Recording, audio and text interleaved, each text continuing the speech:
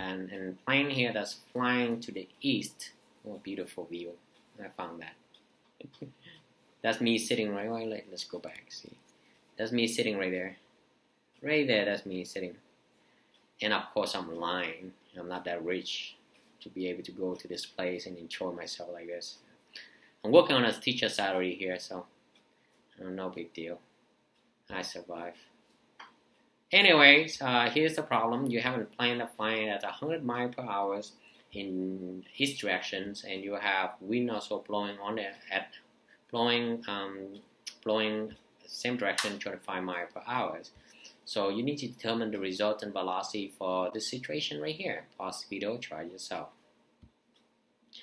Oh, yeah, here's the answer. It's not that, you just add them together. So 100 miles per hour plus 25, that gives you 125 miles per hour east, because this is a vector, it's quantity, so it must have a magnitude and direction. Is that so hard? No, not really hard. It's quite easy. Oops, what happened if wind blowing the other direction? Well, pause the video to figure that out.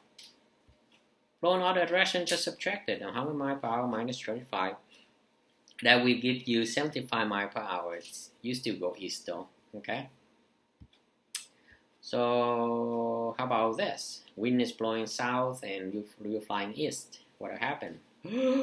Oh my goodness, I don't know what to do. Oh, come on, you practice enough to know that you need to put the vectors, these vectors to the head of the other one and then draw it out. You need to find the resultant in the angle. The magnitude of the resultant in angle, which gives you the directions, and you have been practicing this for a while now from previous video. You should know this process by now. If you don't, go back to previous video already. So simple a squared plus b squared square root of that, 100 squared plus 25 squared, and then square root give you 103 miles per hour. And then if you take the tangent, which allows you to find the angle, then it just becomes 14 degrees counterclockwise. My apologies if this is your first time watching this video, or you haven't watched my other video, but it's just a very similar process here. Beautiful scenery. I love this scenery.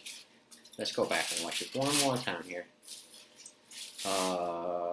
Man, I found these beautiful pictures because I want to be in it.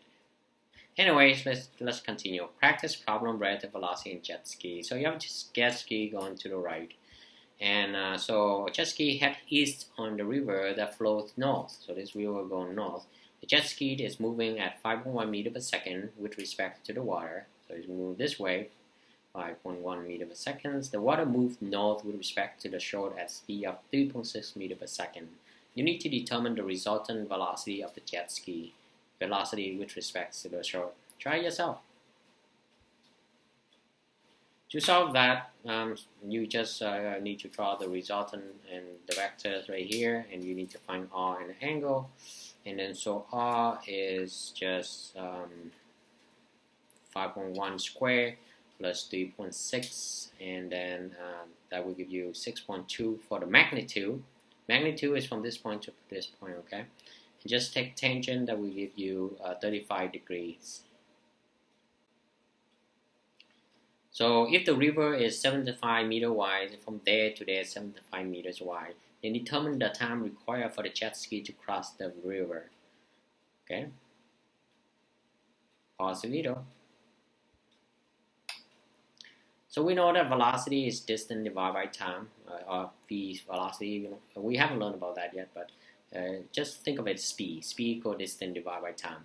Velocity is just both speed and direction, so it's a vector. So speed, I'm going to use speed. Okay, speed is equal to distance divided by time. So time is equal to distance divided by v.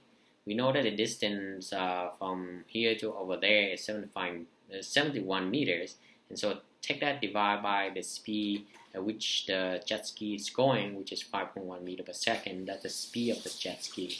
Okay, we're not taking the speed of the resultant. We're not taking the speed of the river. We're taking the speed of the jet ski going across, and that will give you 14 seconds. And you're probably wondering, why don't we take the speed of the resultant or the speed of the river? Well, if you think about it, you're on a train and you walk from one side of the train to another train to the other side. It doesn't really matter what speed of the train is going. the time that you get to the other side of the train is the same. You watch it. Determine the distance the jet ski will travel downstream. So we need to figure out the distance travel downstream and from there to other way down there. Okay.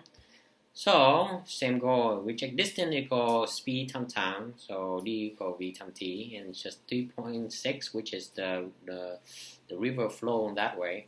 Time 14 seconds. 14 seconds I get from Port B right here. That will be 15 meters. For the jet ski heading straight across the river, does the speed at which the river flow affect the time required for the jet ski to cross the river? What do you think? The answer should be no. The x component is independent of the y component, right? We know that by now. The river moves that way, but the time it takes for you from this point to that point is the same. Of the train moving. Just imagine you're on a train and train moving north at whatever, it doesn't matter what speed it. You just walk from one side to the other side of the train. The speed of the train will not affect the time you from one side to the other. So that's why the answer should be no. Sorry for repeating myself, but someone is being a little bit noisy, so it's distracting me. Alright, so here's a few more practice. Try it yourself. I'm not going to go through the entire process. I'm going to pause the video here, try it yourself, and I will just show you the answer. So that's the answer right there. So you check with yours. Here's the next problem. I want you to try this and see if you get the same answer as mine. So yes, that is the answer.